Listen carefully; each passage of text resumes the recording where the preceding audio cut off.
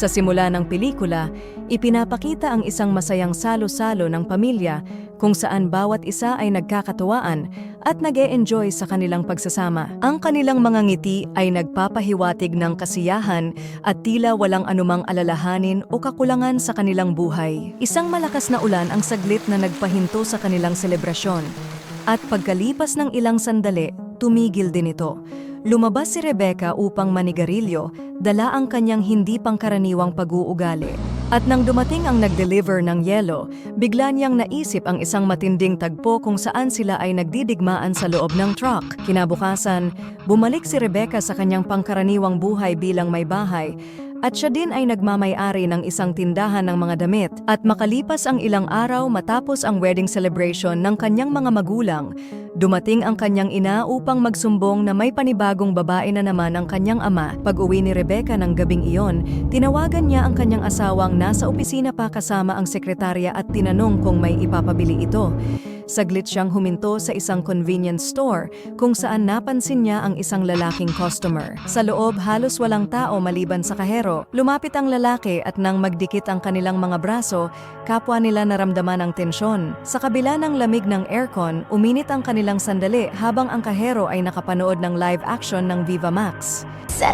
Isang araw, nagbakasyon ang mag-asawa kasama ang kanilang anak upang magkasamang mag-enjoy. Ngunit para kay Rebecca, naging espesyal ang araw na iyon nang mapansin niya si Andre, isang gwapong lalaki. Saglit siyang nagpaalam para bumalik sa cottage para kumuha ng sunblock, ngunit agad siyang sinundan ni Andre at agad na jackhammer ang daan ni Rebecca kahit hindi ito sira. Sana all.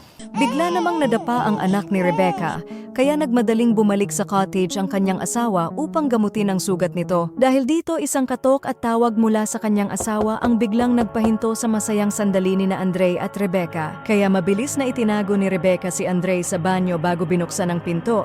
At nang magkaroon ng pagkakataon, ay agad na nag-instant transmission ito. Hanggang sa susunod nating pagkikita, paalam! Pagdating ni Rebecca sa bahay nila, nadatnan niyang nag-aaway ang kanyang mga magulang dahil sa pambababae ng kanyang ama at tila may pinagmanahan siya. Linggo noon, kaya nagyaya ang kaibigan niyang lumabas sa isang bar at sa gitna ng malakas na tunog at kumikislap na ilaw, agad niyang napansin ang isang pamilyar na mukha, si Andre na nagtatrabaho pala bilang DJ at napatingin din ito sa kanya. Umalis agad si Rebecca upang umiwas, ngunit sinubukan siyang habulin ni Andre dahil magaling daw itong sumubo ng saging. Gayunpaman hindi niya ito nakausap. Si Andre ay may kasintahan na nagngangalang Eva, ngunit iba ang tama niya kay Rebecca. Ang dalawang magkasintahan ay parehong gumagamit ng pinagbabawal na candy at isang umaga ay may nakuha sila mula sa isang lalaki. At sa parking lot, napansin ni Andre ang asawa ni Rebecca na papasakay sa kotse. Agad niya itong hinabol at tila may hindi magandang binabalak. At sa isang kisap mata, binangga ni Andre ang kotse ng asawa ni Rebecca, kaya't bumaba ito ng inis na inis. Gaya ng plano, binigay ni Andre ang kanyang calling card at nangakong sasagutin ang gastos sa pagpapagawa ng kotse. Tila nasa tamang tiyempo ang lahat dahil pagdating sa bahay, binigay niya kay Rebecca ang calling card kasabay ng kanyang nalalapit na flight patungong Korea para sa isang business trip kasama ang kanyang sexing sekretarya. Habang bumibili ng sapatos kasama ang kaibigan, muling nagising ang kakaibang pag-uugali ni Rebecca nang mapansin niya ang isang lalaki. At pumasok na naman sa isip niya ang kung ano. Nagpaalam ang kaibigan na mauuna nang umalis at nang maiwan siya, lumapit ang lalaki para magtanong tungkol sa sapatos. Ngunit nauwi ang usapan sa ibang bagay hanggang sa pansamantalang isinara ang tindahan dahil may ibang susukatin si Rebecca. Isang araw dahil wala ang kanyang asawa, siya na ang tumawag sa nakabangga ng kotse. Sa kanyang gulat, si Andre pala ang nasa kabilang linya. Sa halip na makipag-usap, agad siyang nagmadaling umalis. At dumating na nga ang araw ng pagbabalik ng asawa ni Rebecca mula sa Korea. Isang gabi, dumating si Rebecca sa bahay at nadatnang kausap na ni Andre ang kanyang asawa tungkol sa kotse. Ngunit ang totoo, may lihim siyang pakay sa pagpunta roon. Maulan ang umagang iyon nang muling tumawag si Andre, pilit kinukumbinsi si Rebecca na makipagkita. Kahit ayaw niya, wala siyang nagawa at napilitang pumayag dahil sa mga banta nito. Sumipot si Rebecca ayon sa usapan, ngunit bago ang lahat, inalok siya ni Andre ng pinagbabawal na candy. Una, tumanggi siya, pero kalaunan ay napilit din. Pagkatapos inumin ito, Parang lumubog siya sa tubig at nawala sa sarili hanggang sa magising na lang siya kinabukasan. Halos isang araw siyang nawala, kaya't pag-uwi, tinanong siya ng kanyang asawa. Marami siyang palusot kung saan siya nanggaling, ngunit tila nahahalata ng kanyang asawa na hindi siya nagsasabi ng totoo. Isang araw, bumisita si Rebecca sa paaralan ng kanilang anak at muling lumitaw ang makulit na si Andre. Nagalit siya dahil napag-usapan na nilang titigil na ito, pero iginiit ni Andre na naroon siya para sa kanyang pamangkin na nag-aaral din doon. Inisip ni Rebecca na baka nagkamali lang siya, kaya't inasikaso na lang ang kanyang anak. Ngunit mula sa malayo, muli niyang nakita si Andre, nakangiti habang kinukuhanan siya ng litrato. Pabalik sa kanilang bahay, napapansin na ni Rebecca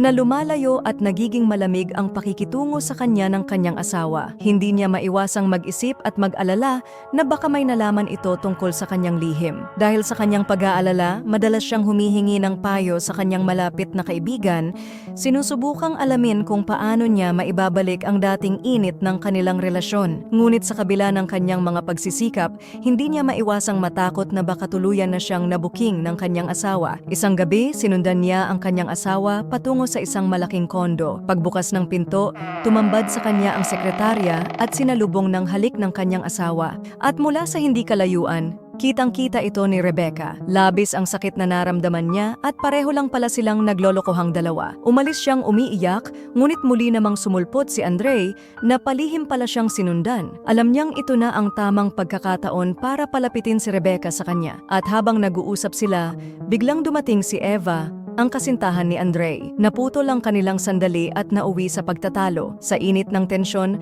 natulak ni Andre si Eva at sa kasamaang palad, nauntog ito sa pader.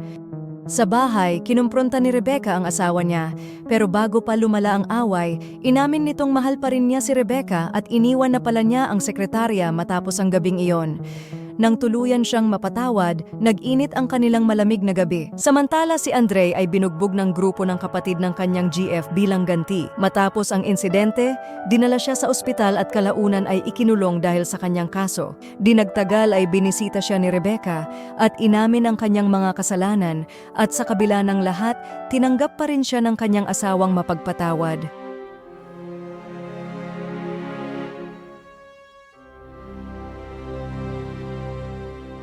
So please sa para karay, sa whatever.